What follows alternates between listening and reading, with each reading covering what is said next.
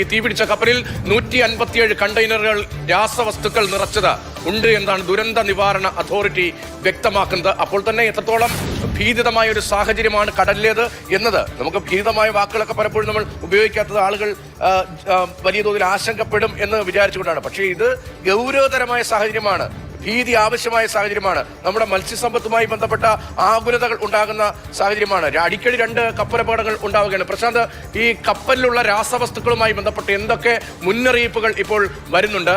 ദുരന്ത നിവാരണ അതോറിറ്റി, നേരത്തെ ഈ MSC കപ്പലപകടം ഉണ്ടായപ്പോഴും ദുരന്ത നിവാരണ അതോറിറ്റിയാണ് തീരത്തെ കണ്ടെയ്നറുകൾ എത്താനുള്ള സാധ്യതയുണ്ട്, ഒരു കപ്പലപകടം ഉണ്ടായിരിക്കുന്നു എന്ന വിവരം ആദ്യമായി പൊതുജനങ്ങളെ അറിയിച്ചത്. ദുരന്ത നിവാരണ അതോറിറ്റി എത്രത്തോളം ഗൗരവത്തിലാണ് ഈ സാഹചര്യത്തെ കാണുന്നത്? എന്തൊക്കെ പുതിയ വിവരങ്ങൾ അവർ പങ്കുവയ്ക്കുന്നുണ്ട്?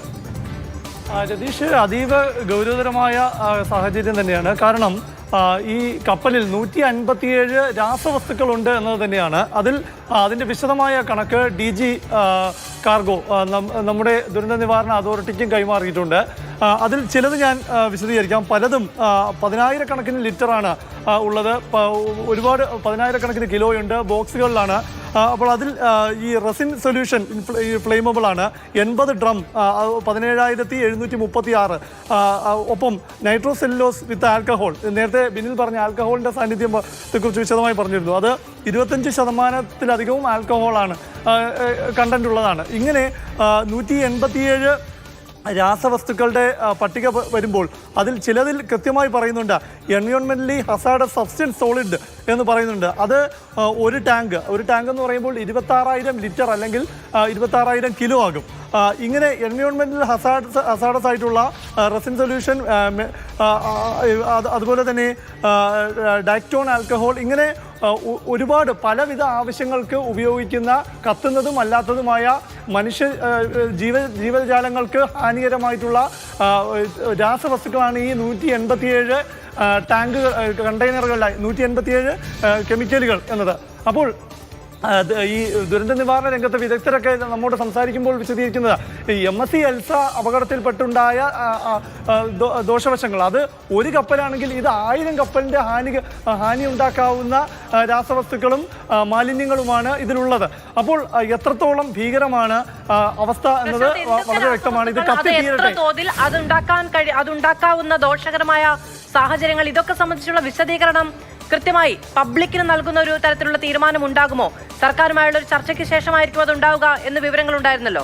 ഔദ്യോഗികമായി വരുന്ന വിവരങ്ങളിൽ Prashant 187 IMDG containers including 32.2 tons of nitrocellulose with alcohol, അത് പ്രത്യേകമായി അണ്ടർലൈൻ ചെയ്ത് പറയുകയാണ്. അത് ഗൗരവ സ്വഭാവമുള്ളതാണോ? തീർച്ചയായും അതീവ ഗൗരവ സ്വഭാവമുള്ള ഈ രാസവസ്തുക്കൾ തന്നെയാണ് ഇപ്പോൾ നമ്മുടെ തീരത്ത് കത്തിക്കൊണ്ടിരിക്കുന്നത്. അത് അകലെയാണ് എന്നതുകൊണ്ട് തന്നെ ഇത് കത്തിത്തീരട്ടെ, അല്ലെങ്കിൽ ഇത് വെള്ളത്തിൽ കലരാതെ കത്തിത്തീർന്നു കഴിഞ്ഞാൽ അത്രയും ആശ്വാസം എന്നതാണ് ഇപ്പോൾ നോക്കിക്കാണുന്നത്. പക്ഷേ ഈ കാർഗോ ഇത് പൊട്ടിത്തെറിക്കുകയും കത്തിത്തീരുകയും ചെയ്യുന്നതിനൊപ്പം തന്നെ ഇത് കടലിലേക്ക് മറിയുകയും രാസവസ്തുക്കൾ കടലിൽ കലരുകയും ചെയ്താൽ അതുണ്ടാക്കാവുന്ന പാരിസ്ഥിതിക ആഘാതം വേറെ വലുതാണ്. അതേക്കുറിച്ചെല്ലാം ഇനി വിദഗ്ധർ വിലയിരുത്തേണ്ട വിഷയവുമാണ്. ഒപ്പം ഇപ്പോൾ ഇൻകോയ്സ് നൽകുന്ന വിവരം, അതായത് Indian national centre for Ocean informatics centre, സമുദ്ര ഗവേഷണവുമായി ബന്ധപ്പെട്ട അല്ലെങ്കിൽ സമുദ്രവുമായി ബന്ധപ്പെട്ട കേന്ദ്ര സർക്കാരിൻ്റെ ഏജൻസിയാണ്.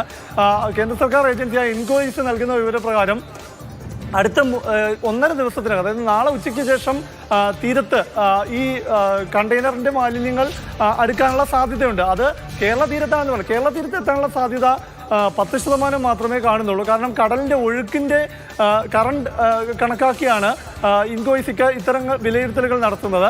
അതിൽ കൂടുതലും, അതായത് തെക്ക് കിഴക്ക് ഭാഗത്തേക്കാണ് ഈ കടൽ മാലിന്യങ്ങൾ, ഈ കത്തുന്ന മാലിന്യങ്ങൾ അല്ലെങ്കിൽ ഇതിൻ്റെ കണ്ടെയ്നർ അവശിഷ്ടങ്ങളോ ഈ കപ്പലുമായി ബന്ധപ്പെട്ട മറ്റു വസ്തുക്കളോ ഒഴുകിയെത്താനുള്ള സാധ്യത കൂടുതലായും തീരത്ത് അടുക്കാൻ സാധ്യത തമിഴ്നാട്, ശ്രീലങ്ക തീരത്താണ്. അപ്പോൾ പ്രശാന്ത് കൃഷ്ണയാണ് പാരിസ്ഥിതികാഘാതം സംബന്ധിച്ച വിശദമായ വിവരങ്ങൾ നൽകിക്കൊണ്ടിരിക്കുന്നത്.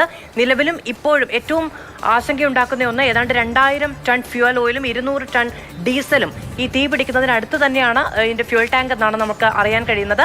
അത് ആശങ്കയേറ്റുന്നു എന്നുള്ളത് തന്നെയാണ് നിലവിൽ ലഭിക്കുന്ന വിവരം. കറന്റ് വെസൽ കണ്ടീഷൻ എന്ന് പറഞ്ഞുകൊണ്ട് അതിന്റെ ഗൗരവം വളരെ ഔദ്യോഗികമായി തന്നെ അറിയിക്കുന്നുമുണ്ട്. തീ പിടിക്കുന്നതിന് സമീപത്ത് തന്നെയാണ് ഇന്ധന ടാങ്കുകൾ ഉള്ളത്. അതുകൊണ്ട് എസ്കലേഷൻ വളരെ പ്രയാസമേറിയ ഒന്നാണ്. ഇപ്പോഴും തീ വലിയ തോതിൽ പടർന്നുകൊണ്ടിരിക്കുന്നു എന്ന് തന്നെയാണ് ഇപ്പോഴും ഏറ്റവും ഒടുവിൽ വരുന്ന വിവരങ്ങളിലും ഉള്ളത്.